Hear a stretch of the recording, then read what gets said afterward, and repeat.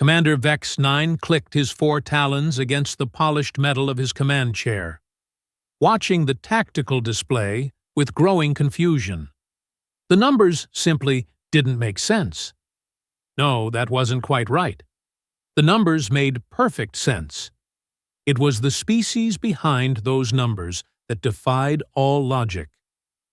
"Status report," he barked at Lieutenant Kresh, his voice carrying the authority of someone who had conquered 17 star systems before breakfast. "Well, before whatever passed for breakfast, when you were part of a carnivorous insectoid species that preferred their meals still twitching.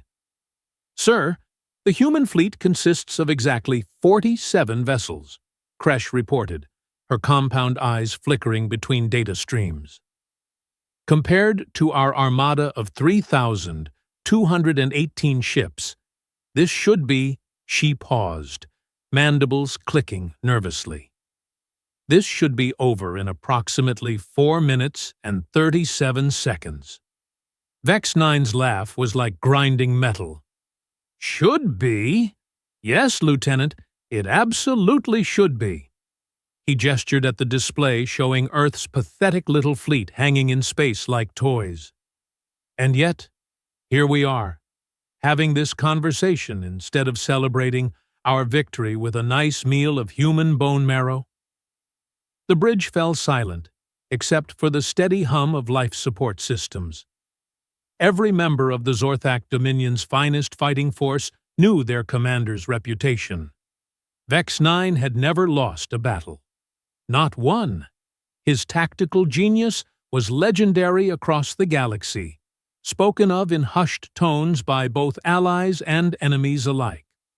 But something about these humans made his chitin crawl. "Perhaps, sir," ventured Communications Officer Threx, "we should reconsider our intelligence reports about this species." "Reconsider?" Vex-Nine's head swiveled a full 180 degrees to fix his lieutenant with a stare that could freeze helium. "Our intelligence is flawless, Officer Threx. Humans are barely past their industrial age. They've been spacefaring for less than 2 centuries. They have no energy shields, no plasma weapons, and their armor is made of processed metals that our children use for teething rings." He turned back to the display, watching the human ships maintain their formation with a precision that was unsettling. "No, the intelligence is correct. These creatures are primitive, weak, and utterly insignificant." A pause. "So why does every instinct I possess tell me to turn this fleet around and never speak of this system again?" Before anyone could answer, the communications array crackled to life. A voice, speaking in accented but clear galactic standard, filled the bridge. "Attention Zorthak Fleet, this is Admiral Marcus Stone of the Terran Defense Force. You are in violation of human space. Turn around now, and we'll pretend this little field trip never happened." The bridge erupted in chittering laughter. Even Vex-Nine allowed himself a amused click. Did he just more laughter? Did this primitive just threaten us? "Shall I respond, sir?" asked Threx, his own mandibles twitching with amusement. "Oh, yes," Vex-Nine said, settling back into his command chair like a predator getting comfortable before pouncing. "Open a channel. Let's have some fun with these mammals before we exterminate them." The view screen shimmered, revealing a human male in what appeared to be some sort of blue uniform.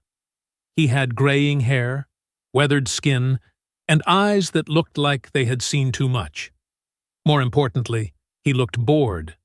Not terrified, not desperate, not even particularly concerned. Just bored. That should have been Vex-Nine's first clue. "Greetings, Admiral Stone," Vex-Nine said, injecting as much condescension as possible into his translator's output. "I am Commander Vex-Nine of the Zorthak Dominion. Perhaps your primitive sensors are malfunctioning, but you seem to be outnumbered by approximately 68 to 1. Admiral Stone took a sip from what appeared to be a steaming beverage and shrugged. Math was never my strong suit, Commander. I always preferred a more hands-on approach to problem-solving. How refreshingly direct, Vex-Nine replied. I do admire honesty in my prey. It makes the victory so much more satisfying. Prey? Stone raised one eyebrow. That's an interesting choice of words, Commander. Tell me, have you ever heard the phrase speak softly and carry a big stick? I am unfamiliar with your primitive idioms, human. Stone's smile was thin and completely devoid of warmth. Well, Commander, consider this your education. You see, we humans have a saying. It's not the size of the dog in the fight. It's the size of the fight in the dog. More meaningless babble. Vex-Nine waved a dismissive talon. Your species appears to have an unhealthy obsession with domesticated animals. You know what? You're right, Stone agreed cheerfully. Let me try a different approach. Are you familiar with human military history, Commander? Despite himself, Vex-Nine found the question intriguing. Your species has been monitored since you achieved spaceflight. Your military history consists primarily of throwing rocks at each other with increasing levels of sophistication. Rocks, Stone repeated thoughtfully. You know, that's not entirely inaccurate. We did start with rocks. Then we moved on to pointy sticks, then metal pointy sticks. Then we learned to make the pointy sticks explode. Then we learned to make them explode really, really big. Your point, Admiral? My point, Commander, is that for the past 12,000 years, humans have done nothing but find new and creative ways to kill each other. We've turned warfare into an art form.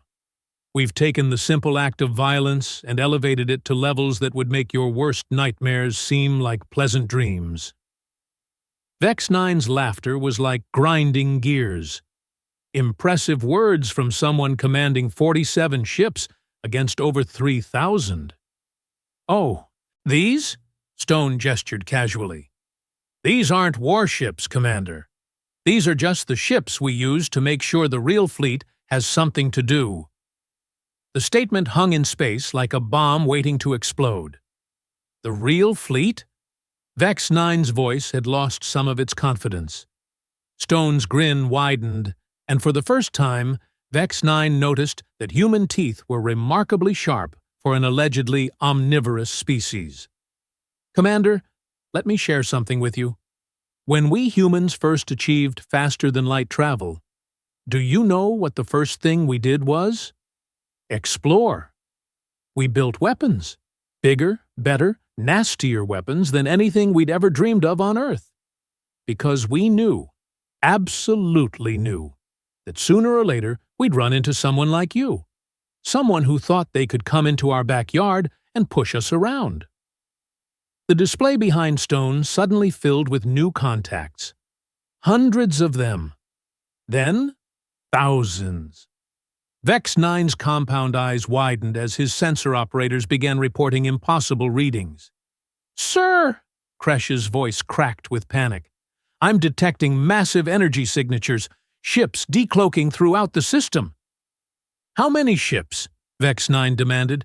I can't get an accurate count, sir. At least 15,000.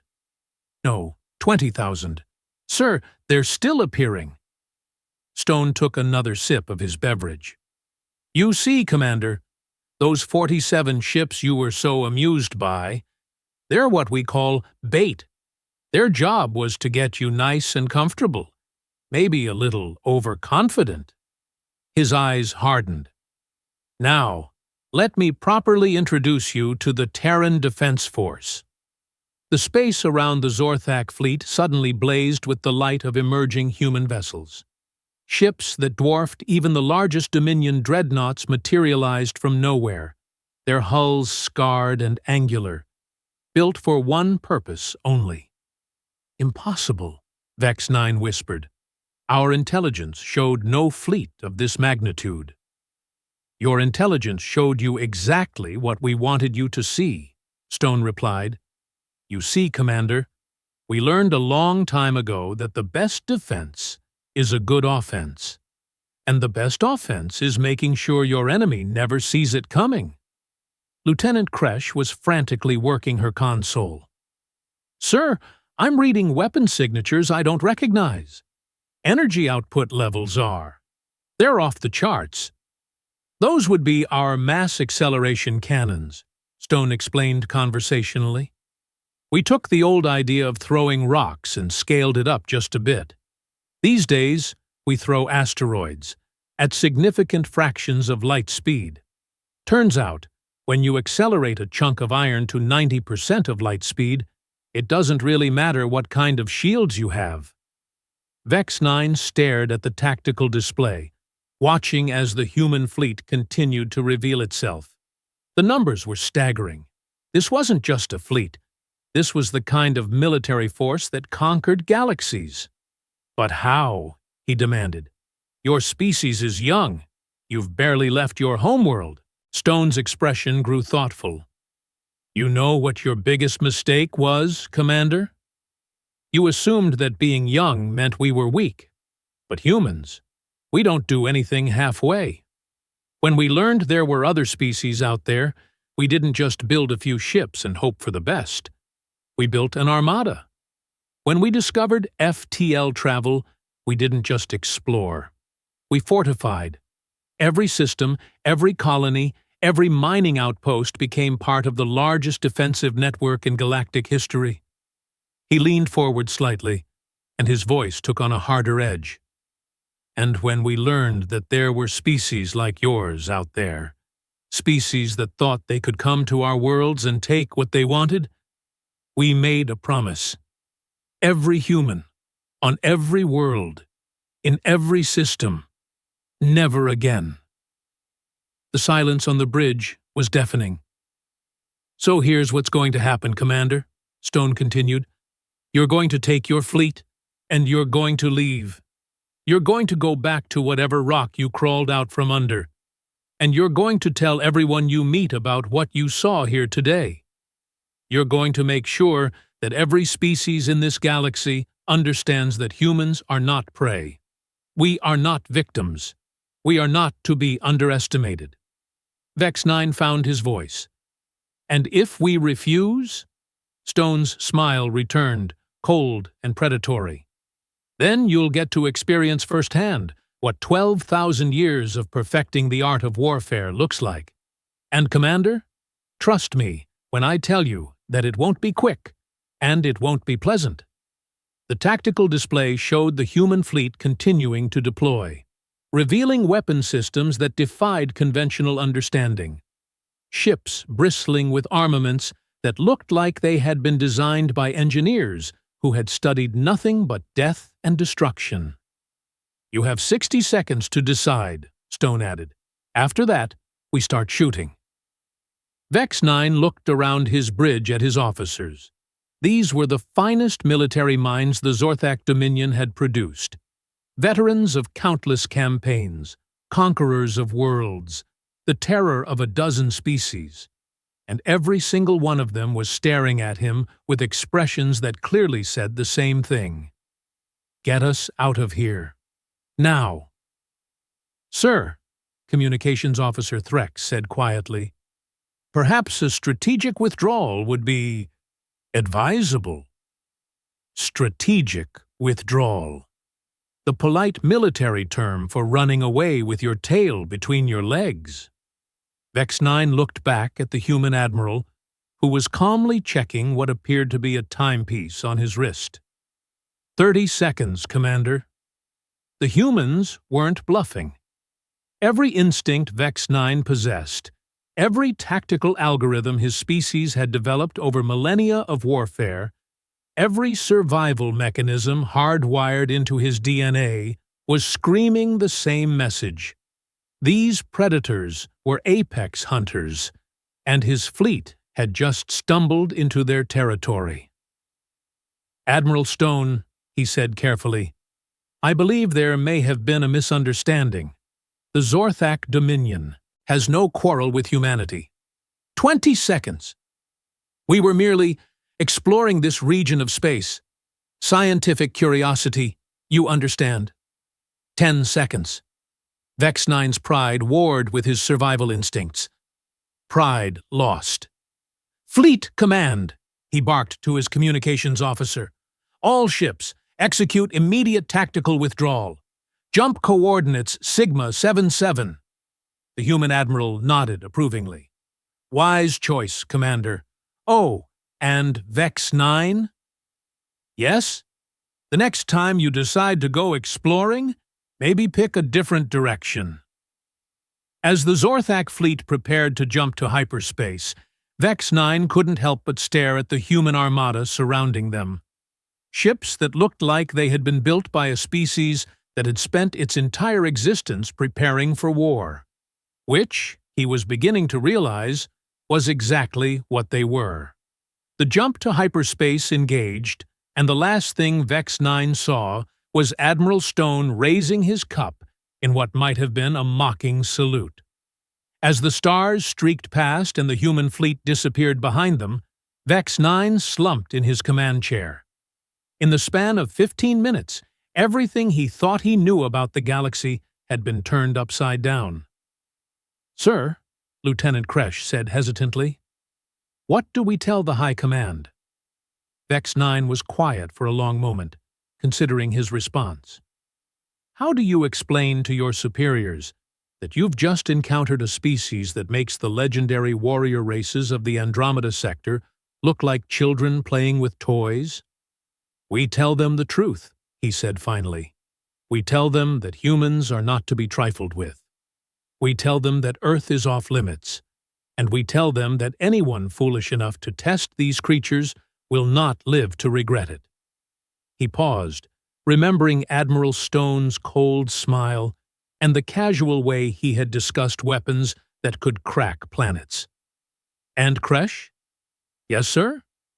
"We tell them to spread the word. Every species, every government, every military force in known space needs to understand one simple fact. Humans are not prey. They are the predators we never saw coming." As the Zorthak fleet continued its retreat, none of them noticed the small, innocuous probe that had attached itself to their flagship during the encounter. A probe that would monitor their every move, report their every communication, and ensure that the Terran Defense Force always knew exactly where the Zorthak Dominion was and what they were doing. Because humans, as Admiral Stone could have told them, believed very strongly in keeping track of potential threats. And they were very good at it. The emergency session of the Galactic Council had been called within hours of the Zorthak fleet's return to Dominion space. Representatives from 43 species packed the massive amphitheater on Nexus Prime, their various forms of communication creating a cacophony that would have driven most sentient beings insane. Council Speaker Jex Prime, a tall, ethereal being whose species had mastered diplomacy before most others had discovered fire, called for order with a resonating chime that cut through the noise like a blade through silk. "The floor recognizes Commander Vex-Nine of the Zorthak Dominion," she announced, her melodic voice carrying to every corner of the chamber. Vex-Nine approached the speaker's platform with considerably less swagger than he had possessed just 48 hours earlier. The assembled representatives watched with keen interest. The Zorthak military was legendary throughout the galaxy. If something had rattled them badly enough to call an emergency session, it was worth paying attention to. "Honored representatives," Vex-Nine began, his translator struggling to convey the unusual humility in his voice. "I come before you today to issue a warning about a species that was previously considered insignificant." A ripple of curiosity passed through the assembly. The hegemony representative, a crystalline being whose species communicated through light patterns, flashed a sequence that roughly translated to amused skepticism. "The species in question," Vex-Nine continued, "calls itself humanity. They inhabit a small system on the outer rim that we designated as Sol 3. "The primitives?" asked the representative from the Kythera Collective, her 6 arms gesturing dismissively. "Commander, surely you didn't summon us here to discuss those barely evolved mammals?" Vex-Nine's mandibles clicked in what those familiar with Zorthak body language would recognize as barely controlled irritation. "Representative Quinstar, I assure you that my assessment of these creatures has undergone a rather dramatic revision." He activated his personal holographic display, showing the tactical readout from their encounter with the human fleet. The numbers drew immediate attention from the military observers in the gallery. As you can see, what we initially encountered was a modest force of 47 vessels. Our intelligence suggested this represented the entirety of human military capability. "And you were wrong," stated Ambassador Corax of the Threnody Empire, his bass voice rumbling through the chamber like distant thunder. "Spectacularly wrong," Vex-Nine admitted. "What we discovered was that humans had constructed what can only be described as the largest military force in recorded galactic history. Conservative estimates place their fleet strength at over 20,000 vessels, equipped with weapons technology that defies conventional understanding." The chamber erupted in disbelief. Species that had been spacefaring for millennia began demanding details, cross-referencing intelligence reports, and generally behaving like politicians who had just been told their comfortable assumptions about the universe were completely incorrect. Council Speaker Jex Prime called for order again. "Commander Vex-Nine, you are making claims that contradict decades of intelligence gathering. How do you explain this discrepancy?" "They lied to us," Vex-Nine said simply. "For the past 2 centuries, since first contact, humanity has been engaged in the most sophisticated deception campaign in galactic history. Every probe we sent was fed false information. Every surveillance satellite was detected and fed carefully crafted intelligence designed to make us underestimate their capabilities." He paused, letting that sink in before continuing. "While we saw a species barely learning to leave their home world, they were actually engaged in the largest military buildup in known space. Every colony, every mining operation, every seemingly peaceful exploration mission was cover for expanding their defensive network." Representative Quinstar's translator conveyed her skepticism. "Even if this is true, Commander, why should we be concerned? The galactic community numbers in the hundreds of billions. One primitive species, regardless of their military capability, poses no threat to galactic stability." Vex-Nine's laughter was bitter. "Representative, I thought the same thing, right up until their admiral casually mentioned that they've spent 12,000 years perfecting the art of warfare." The silence that followed was profound. 12,000 years, Vex-Nine repeated. "While most species developed agriculture, art, philosophy, and eventually spaceflight, humans developed warfare. They have turned killing into a science so advanced that their basic weapons exceed anything in our arsenals." Ambassador Corax leaned forward. "What kind of weapons?" "Mass acceleration cannons that fire asteroids at 90% of light speed. Energy weapons that can crack planetary crusts.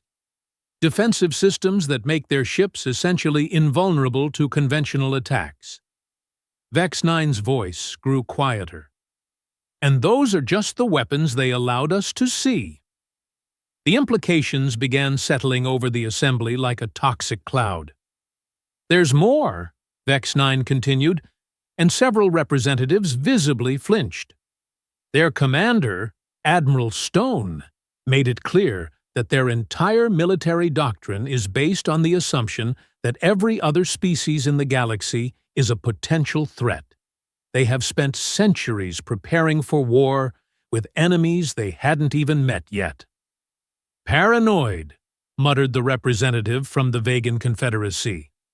Prepared, Vex-Nine corrected.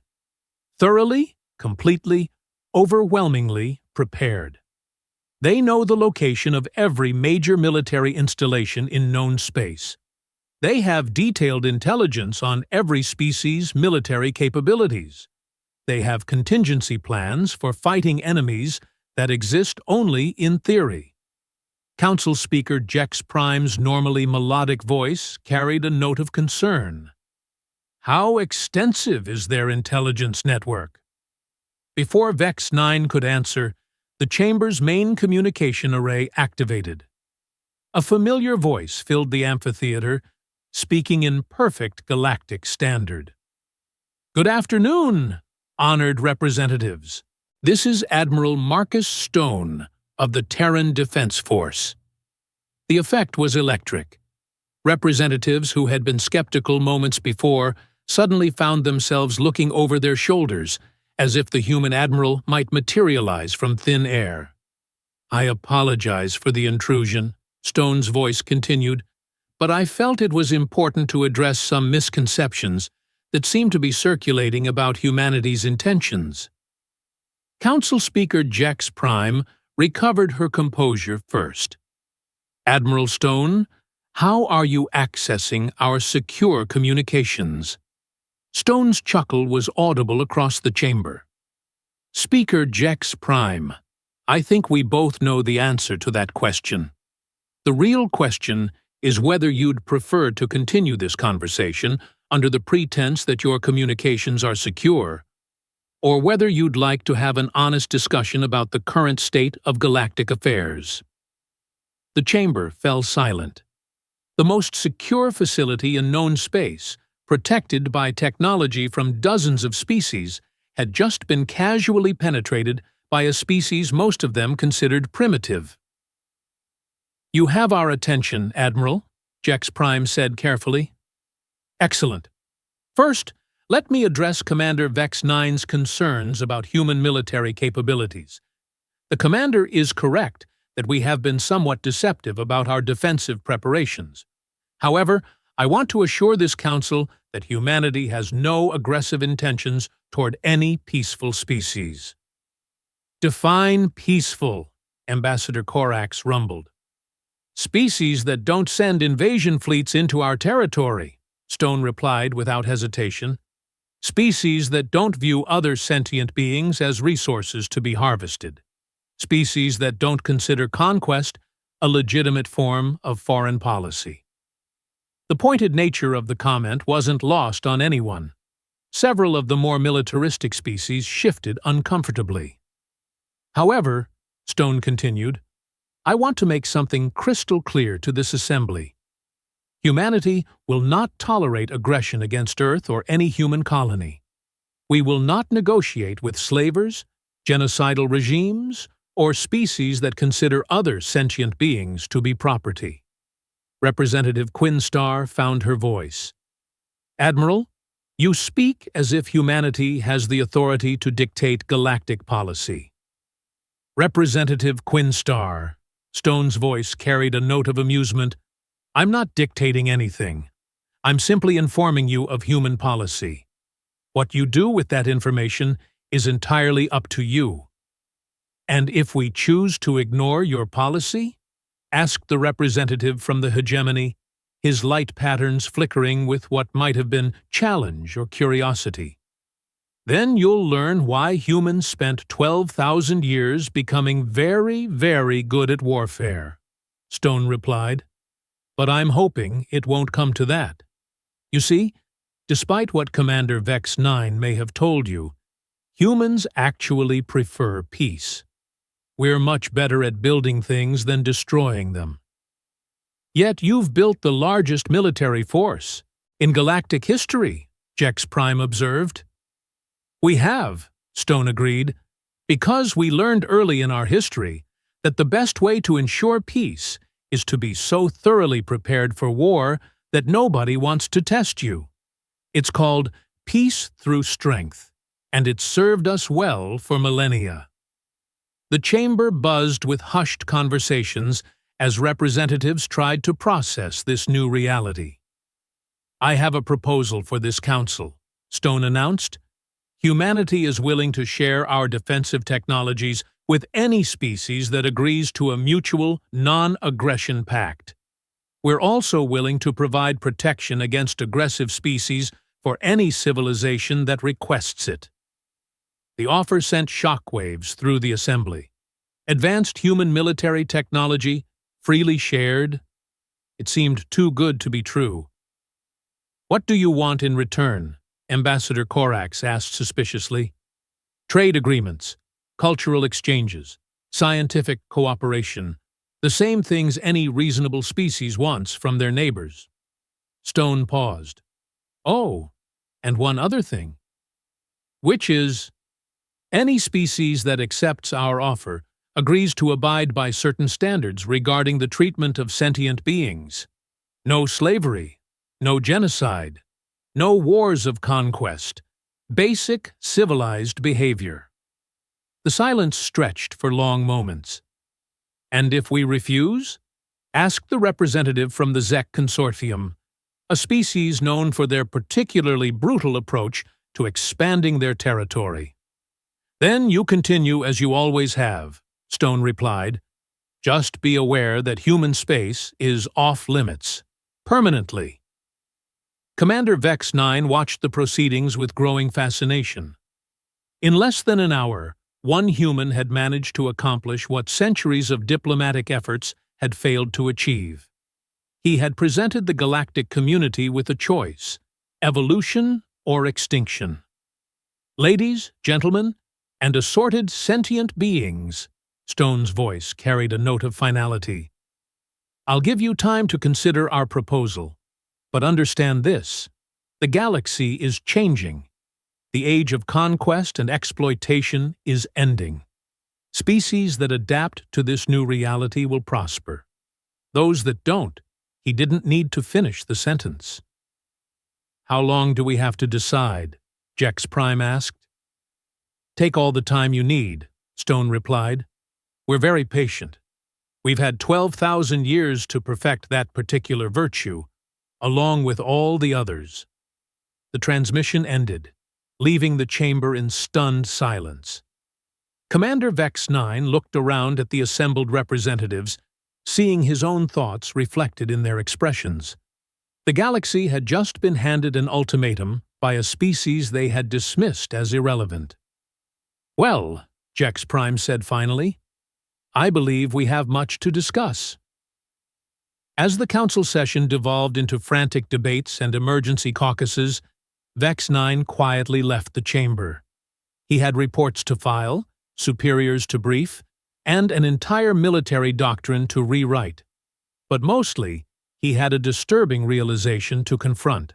Humanity hadn't just been preparing for war with unknown enemies. They had been preparing for war with everyone. And now that they had revealed themselves, the galaxy would never be the same. 3 months later, as peace treaties were signed and trade agreements negotiated, as slavers found their operations dismantled by mysterious forces and genocidal regimes discovered their fleets inexplicably malfunctioning, one thing became clear to every sentient being in known space. The humans had been right about one thing. They were much better at building than destroying. They had built a new galaxy, one where strength protected the weak, where justice wasn't just a concept for philosophers, and where the phrase "never again" meant exactly what it said.